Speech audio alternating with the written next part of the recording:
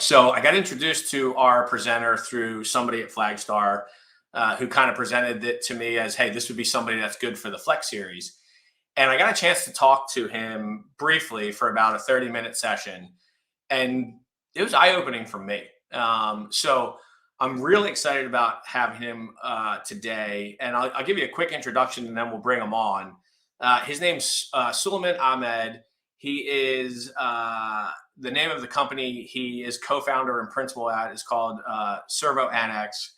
And the best way that I think to describe Sulemaan, forget about his bio. He doesn't want me to do it anyway, so I'm going to honor his wishes.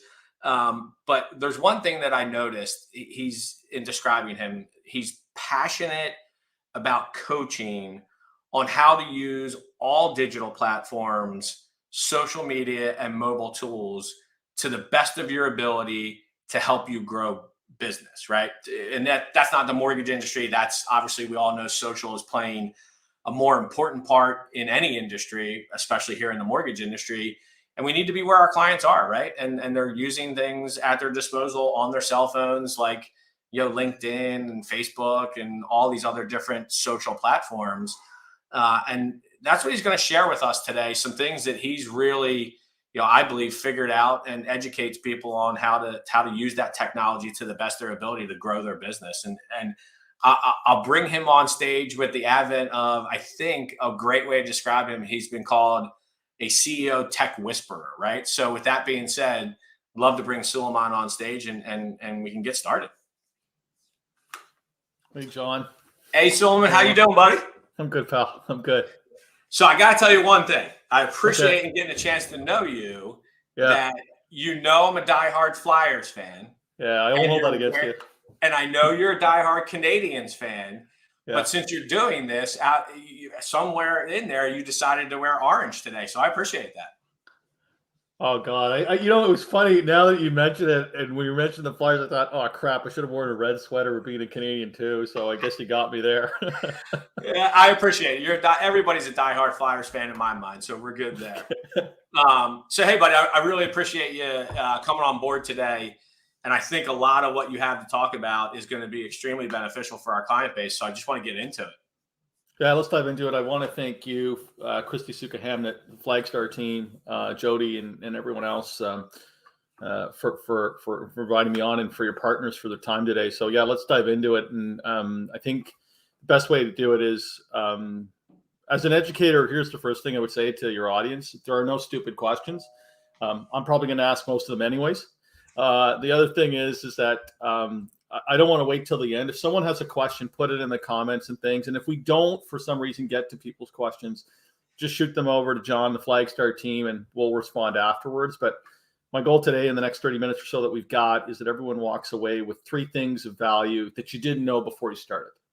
And so that way we want to make sure you walk away with practical things, not just theory. And as an entrepreneur, I respect everyone who's on here, who's building up their businesses, who are trying to grow. So let's dive into it, I guess. And Sulemaan, great point. Again, reminder for everybody, there's the comment section down below that you can put questions in, and obviously they'll come up and we'll answer them. We'll get to as many as we can in the time that we've allotted. So good call out.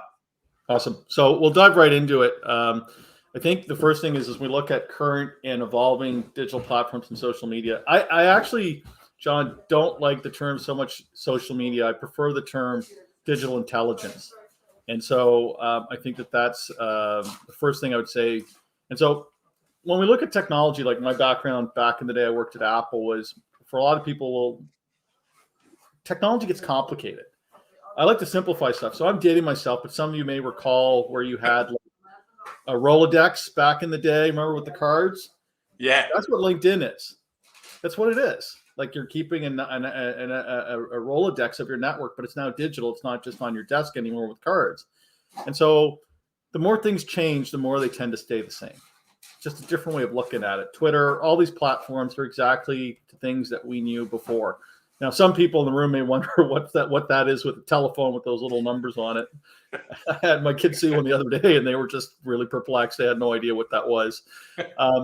So I know in the financial services industry, you folks don't use acronyms at all, ever. No, we do not have our own language. My daughter has not learned a second language behind English in the mortgage industry. That's for sure. Right. So here's the only test I'll give everyone, because my role as an educator is I'm going to ask the audience or you if anyone's familiar with the term ZMOT. ZMOT. ZMOT. Does anyone want to take a crack in the questions or whatever and say what they think that means? I'm not going to answer it because I didn't know until we talked first. So I know the answer now. So that's not fair. Okay. And if someone's really intuitive, then they probably will Google it. But ZMOT stands for the zero moment of truth. So the zero moment of truth is not when someone walks into your offices when they need a mortgage or they need help with their financial services. The zero moment of truth is actually when someone Googles you. So what I'd like you and everyone to try for a second is I want you to go onto Google, open it up right now on your phone, on your iPad, on your browser, and type in your name into Google. So that's what you call an ego search, EGO. An ego search. Type in your name. But what I want you to do now is imagine that it's a client or prospective client who's doing that. And so what do they see? And so the stimulus is when someone is got a thought like, I need a mortgage. Okay. So they're going to go to Google, because if I need to purchase a product, a service, I'm looking up someone. At that zero moment of truth, I'm looking them up. The first moment of truth is that first communication they have. Maybe it's via Zoom, or maybe it's a phone call, or maybe they meet you. The second moment of truth is once they, let's say, get a mortgage from you, what's their feedback going to be once they have that experience with you? And then that's in the comments section. They might write a recommendation for you on LinkedIn. They might write a comment on your blog or on your Facebook page. That all feeds that zero moment of truth. And so I want everyone to understand how that fits. This is separate from social media. This is all digital, right? So, and all that feeds into Google, because the research shows, and Google in the US has told me this, 94% of people don't go past page 1 when they do a Google search. That's so that moment of truth, if you're not on that first page, that could be a problem. So I want each of your partners, when someone does a Google search, that they're on the first page, because your reputation isn't what you say it is. Your reputation isn't what John or Christy says it is. Your reputation is what Google says it is. So I was thinking, John, that maybe if the audience would help, if I could explain how a search engine works, but in a non-technical manner in less than a minute, if that would be helpful. Yeah, okay? For sure. Okay. So I want everyone to think about their favorite search engine: Google, Bing, whatever, DuckDuckGo, doesn't matter. I want you to think of it as a beehive. Okay. So Google's a beehive. All right. So my first question is, what do beehives have in them?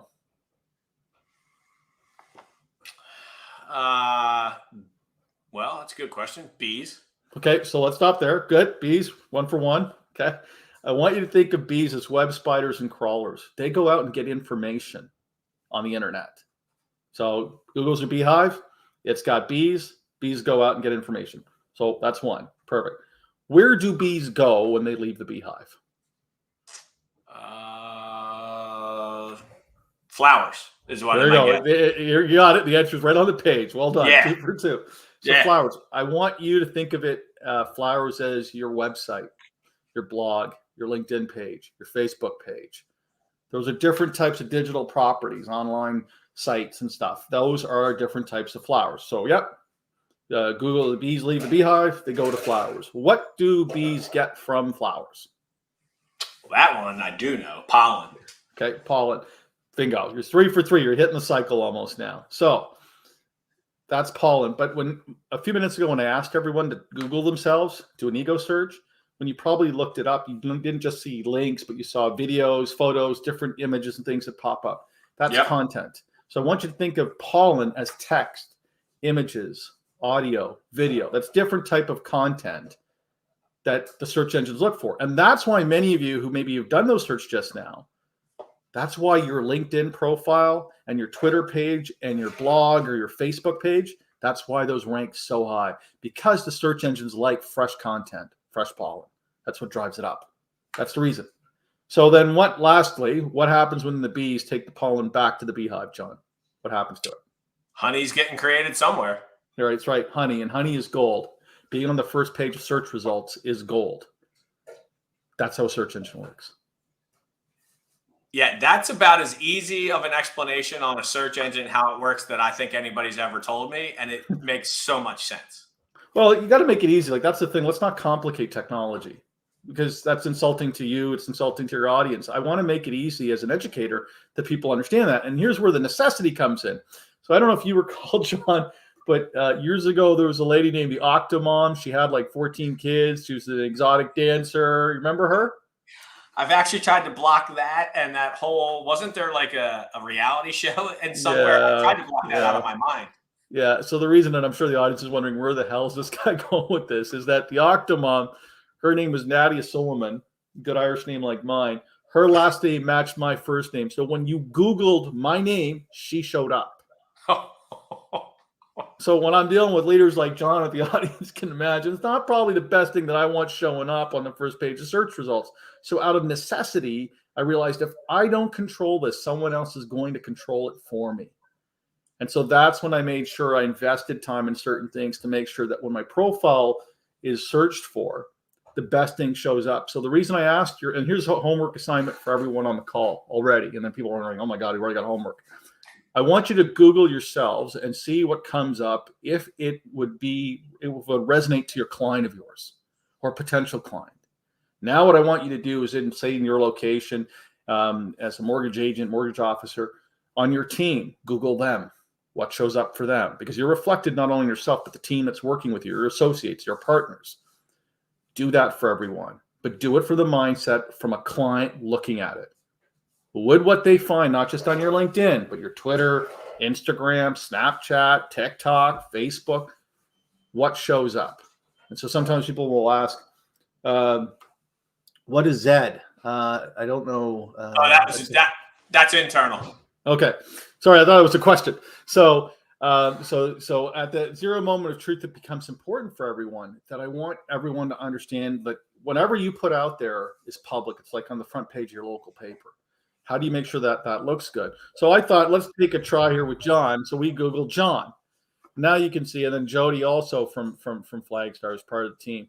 I Googled. Now, John Gibson isn't quite a goalie with the Philadelphia Flyers, so he's not wearing orange. He's, well, a little bit orange because Anaheim Mighty Ducks. But how do we ensure that our John Gibson at Flagstar shows up first and not someone else? Well, that's where, by optimizing, let's say, John Gibson's LinkedIn profile. So let me pull that over here. Hey, by the way, while you do that, that zero moment of truth for me, if it was being a goaltender in the NHL, that would probably be pretty cool. But it's obviously not. I think, but I want to make sure, because you lead a big team at Flagstar and you have your partners, many of them are on this call, at that moment of truth, I don't want confusion. I want your name to show up, because then they're like, well, is that really John Gibson, or is his name something else? That's right. See, when I worked at Apple, I was back there when we launched the first iPhone, and Steve Jobs had this expression, don't make me think. Because if you make the client think, you've lost the sale. So that zero moment of truth, Zmot, I want to make sure that all of your partners are on the call today. When your clients and your prospects are looking you up, people don't have to think. They know you're right there. So that's why controlling this first page. And if you notice, for example, in Jody's case, out of the thousands of results that could show up, the first thing that shows up for Jody Paul is her LinkedIn page. So that's good. I want people to have that control. Here's the other reason why I think it's important. You don't know when you could actually end up on the front page of the national news. And so I want to give some context to this, because I'm a nobody from nowhere. As I'm sure many of the people who are on the call today have never heard of me before John kindly introduced me. And so I want to give some context. A few years ago, our little guy, Adam, he was born here in Canada too. He ended up on Canada's no-fly list. To give context for that is when Canada created their no-fly list, they only built it on the basis of name. So there are no background checks like you have in financial services, date of birth, social security number, passport number, mother's maiden name. They only built the system in Canada on the basis of name. So if someone named John Gibson was convicted of terrorism, was involved in the IRA or Sinn Féin, or in organized crime or whatever, then everyone named John Gibson's on the list. So when Adam was born, his name got flagged when he was 6 weeks old. So one day I go into a hockey game, December 31st, 2015, a client of ours invited us to Boston to go see our Montreal Canadiens play the Boston Bruins. And Adam got flagged. So they wouldn't let my 6-year-old on the flight. So when the agent was taking the call, I turned around and took a photo of her screen, because I'm sure many of you can't believe the fact that I'm saying that my little guy got flagged and he was put on a list. And so what happened was I took a photo of it and I tweeted it out. And I'll play a little brief 1-minute clip to show you what happened and kind of hell broke loose. Can you guys hear that? Actually, you know what? I think my headphones are on.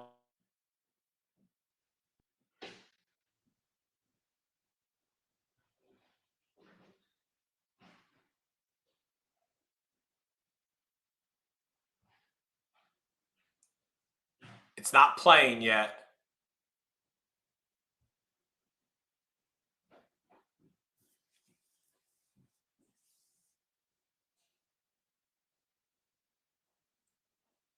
We can see it, Sulemaan. Can't hear anything.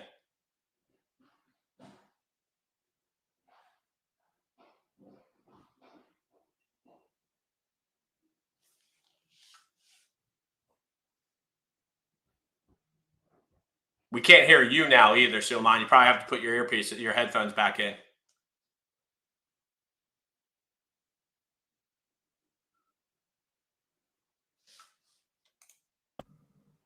Can you hear me now? Yep. Okay. Let me try this again. And Yeah, now, this might work now. Now? Yeah, there you go. Awesome.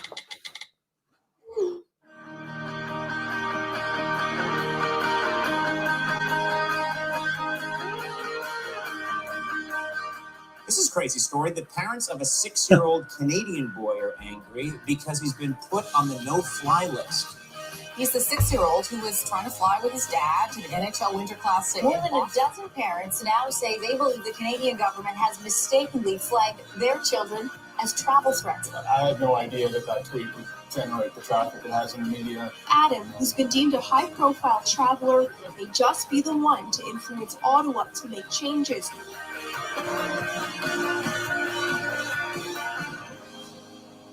Flights will guide you home, and I will try to fix you.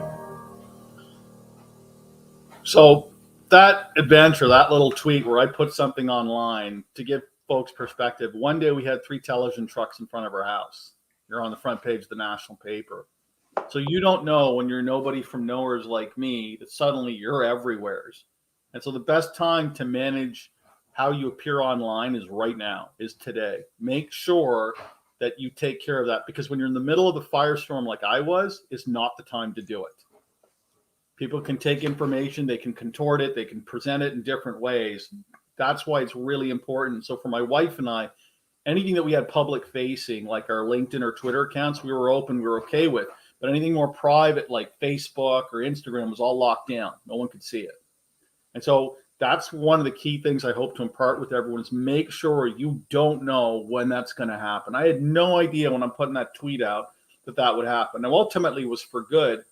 We found out that over 100,000 people, many of them children, were wrongly on the list, and not just people with a Muslim or Arab name, Jewish, French, Dutch, Italian, Irish, you name it, that everyone was on this list. So it was a mess. And then we managed to get 2/3 support of our parliament in writing to support fixing this problem. Because in the United States, actually, with Department of Homeland Security, you have a redress system for 10 years. We didn't have it in Canada. In fact, our government blamed the U.S. and said it's the Americans' fault. And we're like, no, it's not.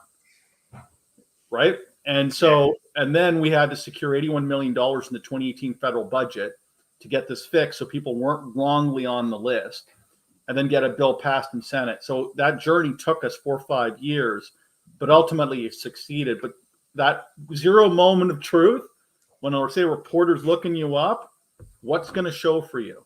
That's the question that I would have for everyone. So I'll keep going. Now let me put my buds back in, because now I don't have to show any more video. And so you can hear me now, John? Yep, loud and clear. Okay, awesome. So in the mortgage space is what John's explained to me, and the team from Flagstar, is where do you go? Because there's so many social networks. You know, there's so many of them, right? My suggestion is, where are your clients and your potential clients? Google them. Your best clients who've gotten mortgages from you, what platforms do they use? If they're all on Facebook, then maybe that's where you need to be. obviously working with the compliance and legal departments in your organizations. But in this case, Facebook and LinkedIn are the two dominant ones. So my suggestion is, from a high net worth and ultra high net worth perspective, those are the platforms that they're on. LinkedIn's a bit better in my view because it's a business network. Facebook is more personal, but ultimately you have to look at where your clients are and can you engage with them. So I wanted to give you context. I don't want to tell everyone today you need to be on TikTok because everyone's doing it. Are your clients on it? Because if your clients aren't on TikTok, what are you going to do there? Right. So that's right. How's your message going to reach your client base or your referrals if that's not where they're at? Right. Yeah. It's exactly that. Right. And so, for example, if I'm looking at LinkedIn now, so in my case, I'll just slide my screen over just to give an example. Like I'm connected to John, but I see that there's 3 mutual connections. I might ask him for an introduction to Dwayne Morrow or Christy, or if I take a look, Jody, right? Like that's easier for me to do. And so I want it to be easy for you. LinkedIn's the easiest network to do that. And I don't work for any of the platforms, so I'm not biased or paid by any of them. I'm just giving based on my experience. And so the other thing I want to look at is the truth, myths, and implications for all of us. And so what does that mean? Well, before you walk in a meeting, try this. And some of you might already be doing this, is what I call a 3x3 challenge. Take 3 minutes to find out 3 things about the person that you're meeting, the prospect. Now, you could Google them. You could look them up on Facebook. I wouldn't creep them and say, oh, I checked you out on Facebook, because some people leave their accounts open. But you may find out they have children. You may find out that they have grandchildren. You may find out they have a job. You may find out there was a death in the family. You may find out they've changed their career. There's different where they went to school. You may have mutual friends. But take 3 minutes before your next prospect or client meeting to find out 3 things about the person. Now, you may say to me, well, Sulemaan, look, I know they went to Notre Dame or, the University of Michigan. I know all that stuff, but what am I going to do with that? Well, then in this case, before I talk to John, I would maybe ask Dwayne, Christy, and Jody, what can you tell me about John? What do I need to know? Book a meeting earlier in the morning because that's the best time to reach him. Don't talk about the Dallas Cowboys because they lost last night and he's going to have a hard time. Sorry, John, I had to mention that. What am I going to say? Do your homework. See, people talk about social media being a waste of time, and often it is. But if it's used in the right way, it's not a waste of time. How many times have you taken a meeting with someone? I'll give you an example where I learned this lesson the hard way. I met a guy. I drove 45 minutes to meet him for lunch, had lunch, picked up the tab for lunch, drove 45 minutes home because I thought there was a potential client. Emailed him, thank you for meeting today. Never heard a word from him after that. Not even a no thank you. And then I mentioned that in frustration to one of my board members, Charles Cherrick, and he said, Sulemaan, I know that guy.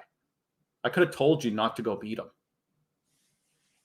And then I'm thinking, damn, I wasted a half a day on what? When I could have spent not 3 hours, but 3 minutes and quickly found out that this is not worth my time. That's what I want you and your teams to do as you're hunting and you're looking for business in the mortgage space, because it's not easy. It's competitive out there, right? So I want you to use these tools to your benefit in that way. Well, and Sulemaan, go back a slide for a second, if you don't mind, to the 3x3. I think really to drive this home to like our business partners, right? I'll put it in a different context because this is when we went through this the other day, this is one of the powerful slides. It's stuck in my head since we first talked about it. We're shifting in this marketplace, right? Rates are rising, overall volume shrinking. We've had historically low rates for 2 years through the pandemic. Refinances and the people that are eligible for things like a rate and term refinance have significantly dwindled from January 1st until now, right? And what a lot of originators are going to start focusing on is I need to focus on the purchase market, right? Because that's where the volume is going to be. Well, you're as a loan officer, you're not the only one that's shifting strategy, right? You're competing against everybody else in your market who's shifting strategy. But where I kind of liken this is, think about it. You want to go start, for example, let's say you have a goal of building 10 to 15 new real estate agent relationships within the next 45, 60 days. What you just talked about, what a great way to gain intel on real estate agents in your marketplace, right? Yep. Whatever the source may be, use a LinkedIn. And then to your point, see who they're connected with, might be part of your network. And then you can start reaching out to them to find other things about them.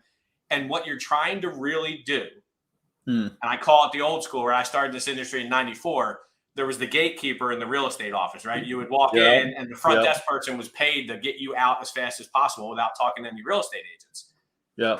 Knowledge is power, right? The more you know about somebody and the more you can interact with them and have common ground with them, you're able to break down those barriers, and they're going to want to meet with you, right? They're going to want to talk to you and they're going to listen to you. So I love this part. I just wanted to kind of reference that more into LOs today are going to be shifting to purchase. That means they're going to be trying to call on real estate agents. Everybody's doing it. How do you separate yourself apart? Guess what? If you call me and you know a couple things about me already and we can talk about them, you probably have a better chance of succeeding. Well, and that's it. Like, think about how much information people get hit with compared to 94, 2004, 2014, now coming up to 2024. I prefer a warm introduction than a cold call or cold. That's right. That's right. That's setting yourself up for success. Well, it is, because that lunch I took was a cold, and it was a disaster. And after that, I was like, never again, never doing that again. So I love that example. And so I want to share another example with everyone here on degrees of separation. Some people may have seen that on LinkedIn, where it shows if someone's a first connection, a second, or third. So could I prove to you right now, John, that you are, let's pick a name, former President Obama. Could I prove to you that you're 6 degrees of separation away from President Obama? Would you believe me if I told you that? Well, my first reaction, if I hadn't met you and I hadn't gone through the first 5 seconds of this presentation that we're doing today, I would have said no chance, and you know what, but I'm sure you're going to prove it to me. Okay. So, and maybe let's do this. So for the audience, I want to prove this for the audience, that you are actually 6 degrees of separation away from President Obama. I'm going to take a step further. So all of you, now that you know John, should be connected to John. So you're connected to John. He's a first degree connection. Okay. So you in the audience connected to John's 1. John's connected to me, Sulemaan, that's 2. So you to John's 1 degree, John to Sulemaan's 2. I'm connected to Lisa Shallett, who's on my firm's advisory board. She's a former chief marketing officer at Goldman Sachs. That's 3. So you to John 1, John to Sulemaan 2, Sulemaan to Lisa's 3. Lisa's connected to Jill Schlesinger, who's a former host of CBS Money. She's on Wall Street. They're good friends. That's 4.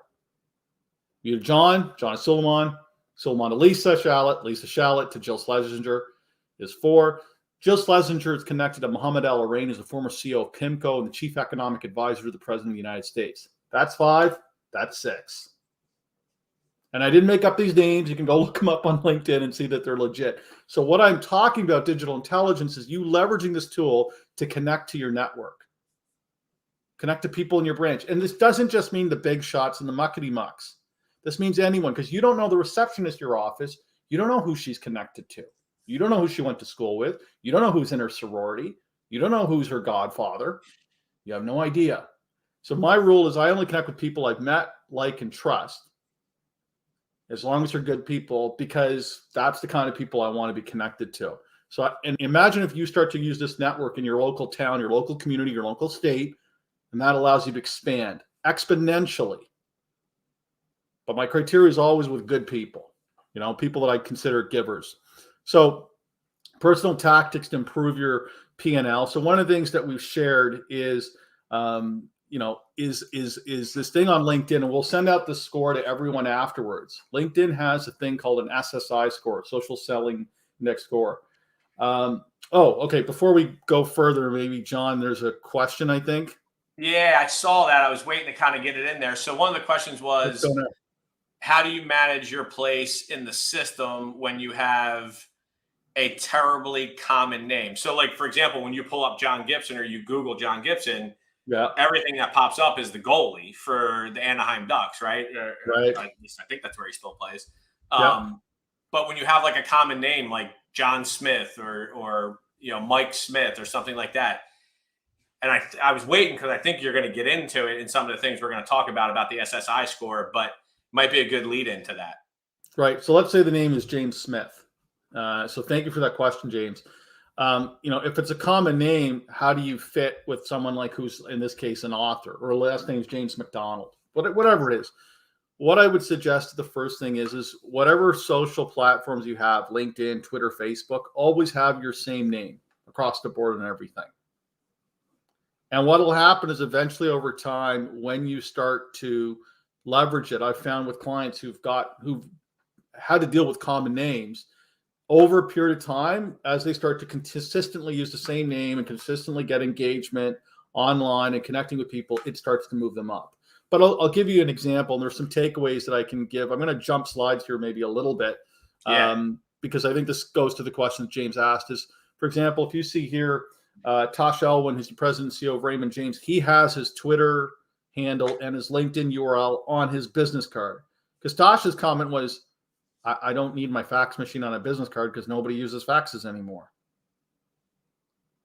If you look at Julie Gallagher here, in her case, she's actually got in her email signature her LinkedIn URL. So James, in that case, can you incorporate that? Why? Because when people click on it, that helps with the Google juice, and that helps with more traffic going to your profile, which pushes up in the rankings, right? And then the other one, the example is, and that's just the desktop one on your iPhone. Everyone can do this.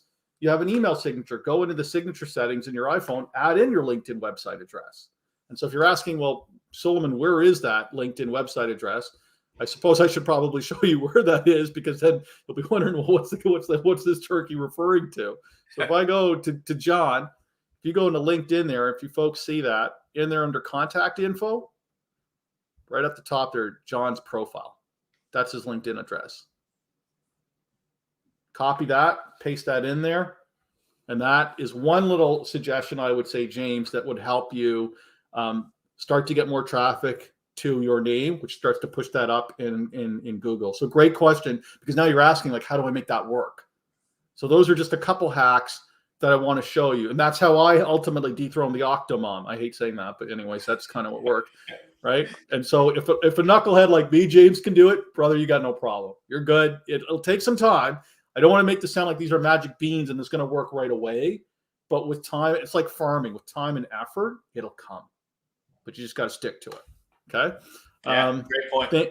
Great question. So LinkedIn actually, and we're going to send this out, has a free thing where you can get your score out of 100.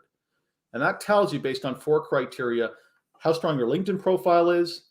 When you use the search functionality to look for people or prospects, when you share content, so that's the insights is the 3rd bar, and then the 4th one is building relationships. Okay, so those are 4 criteria, each out of 25, that gives a score. So the average SSI score for all Flagstar employees is 36.1. Now, some people might say, oh my God, 36 out of 100, it's not very good. Yeah, but hold on a second. Context is important. Because wait till I show you what the average score is for most financial services industries in the United States. But what I see the Flagstar score, what that tells me is the strongest one's professional brand. So if you see an example like John's, you can see like he's got a professional photo. He's got a nice image at the top. His name and title are really clearly there, and especially his about section. Like, that's gold real estate. That's the first thing I'm looking at on a page or on my phone. John's got that. I bet you, and not to pick on Flagstar employees, and this is something we are discussing with them later, John's organizing it with Christy, is that 12.1 can increase really quickly. Because I can bet you for that score, John doesn't have a 12.1. His is higher. I'll show you that in a second. And then finding the right people, engaging with insights, and building strong relationships. So then you may say, okay, they're 36.1. How's everyone else? In fact, other folks in the banking space in the United States, the average SSI score is 30.5. So Flagstar is actually higher than their competitors. Still think there's room for improvement, but rather than hiding this stuff, they're like, no, we want to share this. We want our employees to see this because we want to show them and teach them how to grow. And furthermore, they were like, we want our partners who are important to us to learn about this as well so they can grow. And that, to me, is valuable as a partner.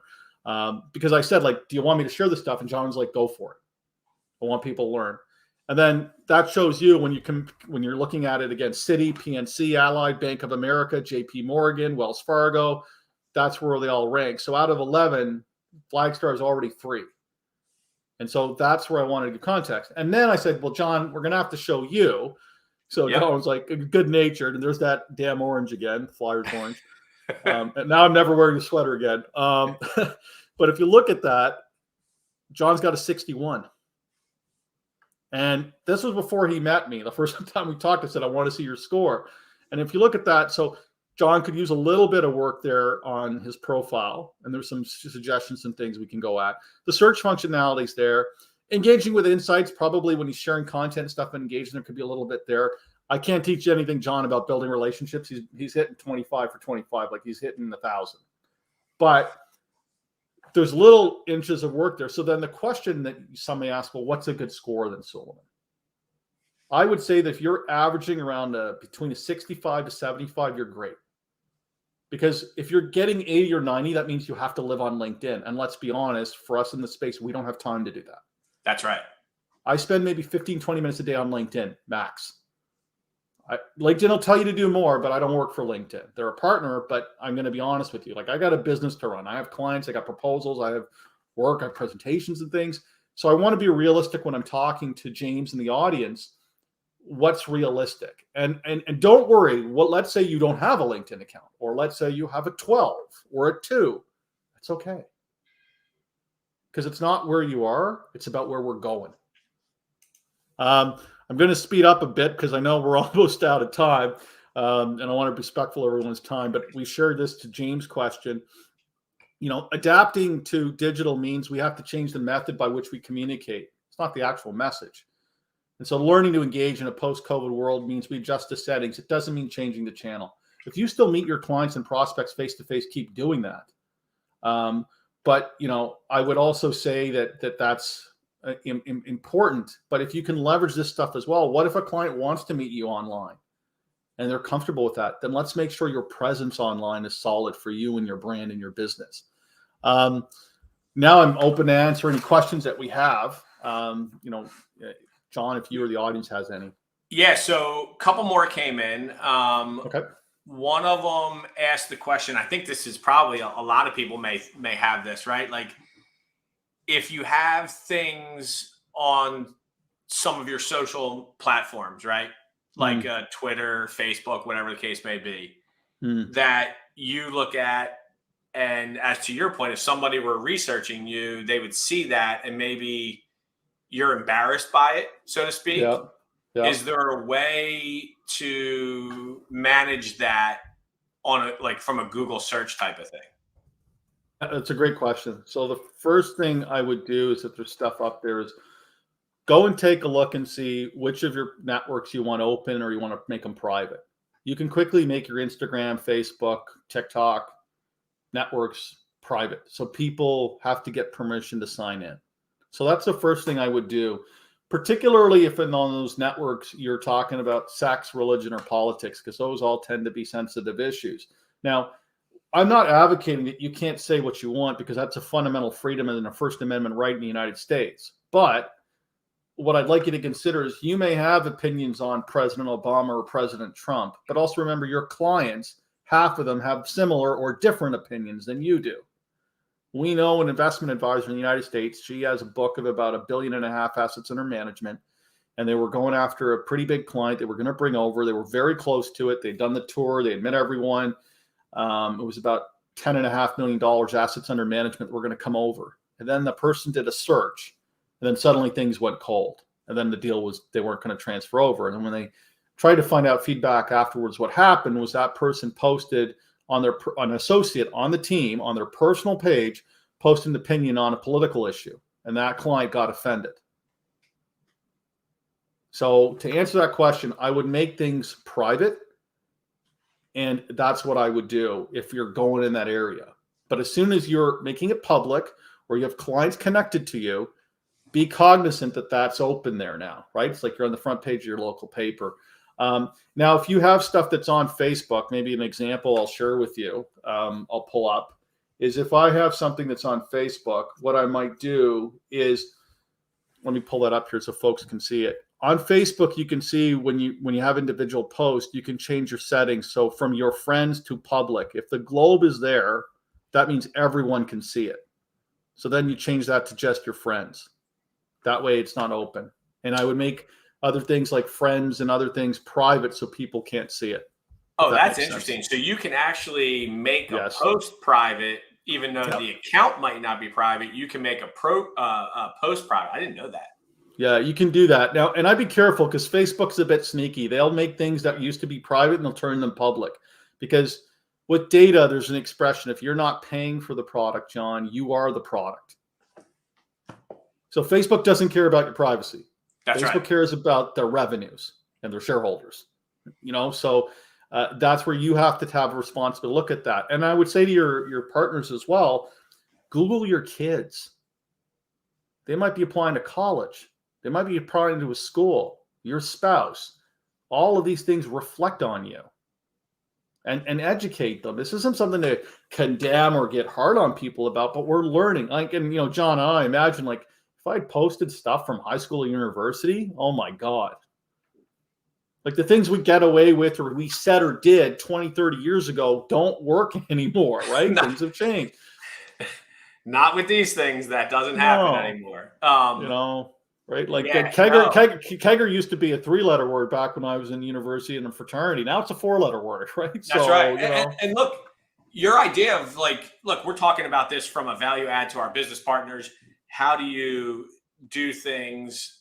And we focused on LinkedIn a lot. I happen to agree with you. I think of the platforms from a business perspective, I think that's probably the one that is the best in from a business perspective, right? Of growing relationships and developing relationships. But even that comment that you just made about Googling your kids, right? Like, do not kid yourself if you don't think college administration are pulling profiles of individuals that have applied at their universities from a standpoint of an admission perspective. They are. It's happening. I know people that specifically they've been impacted by it. I was just invited by a client of mine to a couple months ago, the last game at Notre Dame. They're playing Georgia Tech. And I talked to someone who's head of admissions at Notre Dame, and they absolutely vet everyone, every single application. And Georgia Tech, their head of athletics, he's a Canadian, so we're having a couple Canadian soda pops together we brought across the border. And he told me the same thing. So don't kid yourself. It's being done. And so even if your kids are 5 and 6, or 10 or 12, and they're not applying for college right now, they will be. So lock that stuff down hard. It's a good point. Hey, another question that popped up, and I think it was when you were pulling my profile up and showing people where to get the address to put on like your email signature, or your business card. Yeah. It says, is it best to remove that number in LinkedIn address, provided the address is not already taken? Great question. Yes, it is. So the question that person, and good eyes, whoever caught that, I don't know what the person's name is, but in that case, when you go in there and you click on that, I want you, and that was the homework, John, that you're going to have now, is I want you to clean up that gobbledygook there, that 28662A7. And so what I want you to do, so great question, Dana, is I want you to be able to clean that up. So how do you do that? So I'll show you. If you go to your own profile, right? So if everyone goes to LinkedIn, if you click on your LinkedIn, and don't do this on your mobile device, your iPad, the desktop is the best way to do this. And so if you click on contact info, you'll see there'll be a little pencil, right? So if you go to your own LinkedIn page, it's step 1. Step 2, you click on the contact info link. So that's where you can put your website address, but that's where that LinkedIn profile is. You click on the pencil to edit it. That's step 2. And then step 3, it'll say profile URL. So it's right there. And then you'll click on that little square kind of thing with an arrow. Looks like a little mini graph. Yeah. That's step 3. That takes you to this page. And in the top right corner, it says edit your custom URL. And you click on the pencil again. And so in there, I would put John Gibson, remove the dash, and remove the new alphanumeric numbers and characters, all one word, all lowercase, and do that. Now, if John Gibson's already taken, then maybe you put John in your middle initial Gibson, right? And why that's important is because then what happens is remember you're doing that ego search, and when you're looking stuff up, this makes it easy for the bees to go find that pollen right here. Got it.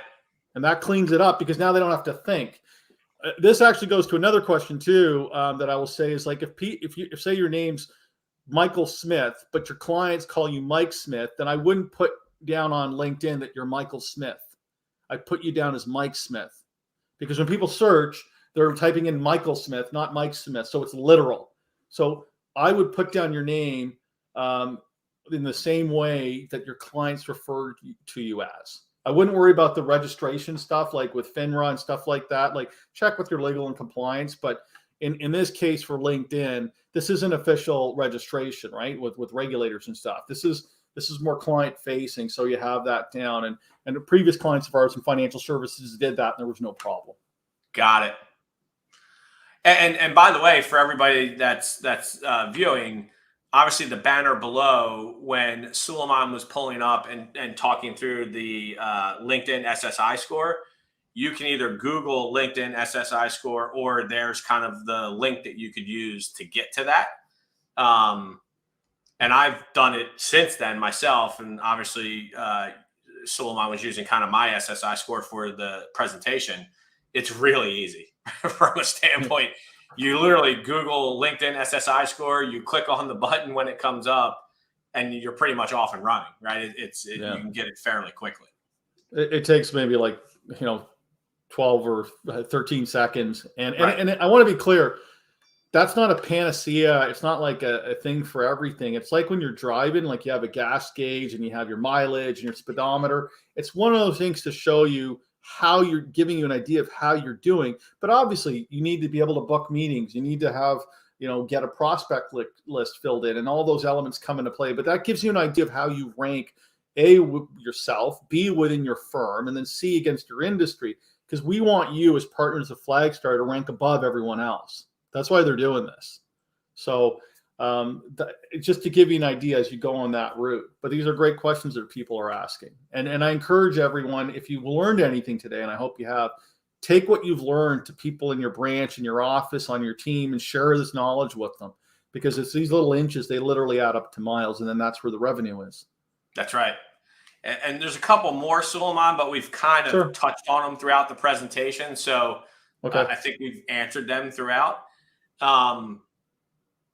Hey, and kind of wrapping up with you, I mean, one, can't say thank you enough. Appreciate you doing this for us and for our business partners. I think you had a goal of one that, 3 things to walk away with. I think there's way more than 3 things in this presentation. The good news is these are all recorded, right? So if you want to go back and kind of view it at a different pace, go back and look at one of the sections specifically, you obviously can do that.